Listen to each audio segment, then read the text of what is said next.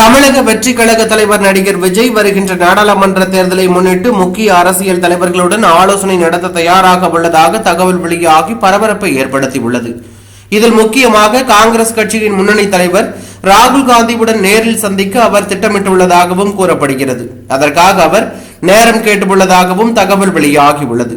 இந்த சந்திப்பு விரைவில் நடைபெறும் என கூறப்படுவதால் தமிழக அரசியல் வட்டாரம் பெரும் பரபரப்பையும் அதிர்ச்சியும் ஏற்படுத்தியுள்ளது. இந்த காலகட்டத்தில் திமுக காங்கிரஸ் கூட்டணி உறுதியாக இருக்கிறதா என்பதுதான் கேள்வி.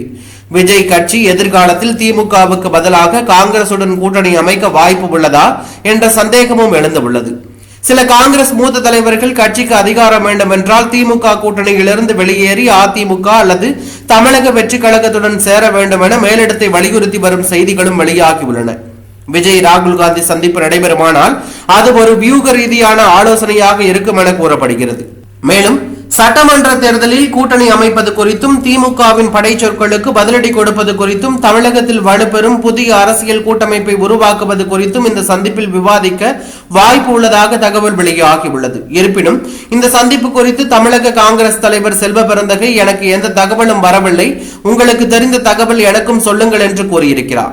இதனால் இந்த சந்திப்பு உண்மையிலேயே நடைபெறுமா என்பதில் சந்தேகம் நிலவுகிறது. இதே நேரத்தில் சமீபத்தில் திமுக எம்பி திருச்சி சிவா கலைஞருடன் பழகிய நாட்களில் காமராஜர் குறித்து பேசியது காங்கிரஸ் வட்டாரத்தில் நெகிழ்ச்சியையும் அதே நேரத்தில் முக்கியமான வரலாற்று பின்னணியையும் வெளிப்படுத்தியது.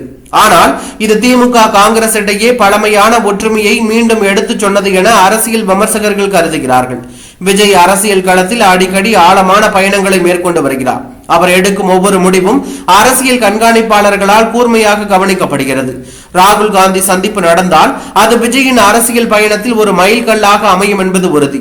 இந்த சந்திப்பு நடைபெறுமா அல்லது அரசியல் வதந்தியாகவே தொடருமா என்பது இன்னும் உறுதியாக தெரியவில்லை. ஆனால் ஒரு விஷயம் மட்டும் தெளிவாகிறது.